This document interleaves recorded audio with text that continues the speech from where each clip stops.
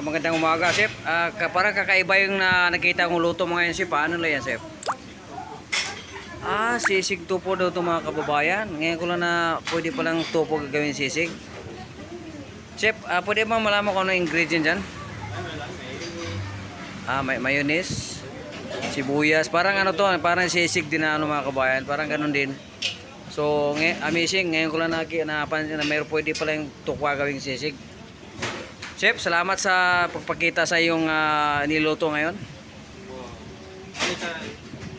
Shoutout Chef sa taga Bicol. Mga kabayan,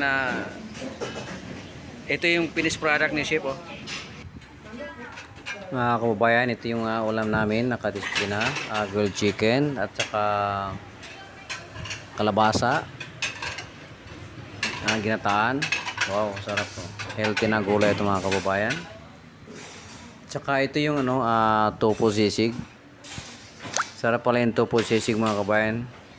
Imbis sa mukha ng baboy, yun, tofu, kaya walang kolesterol. Sarap nito.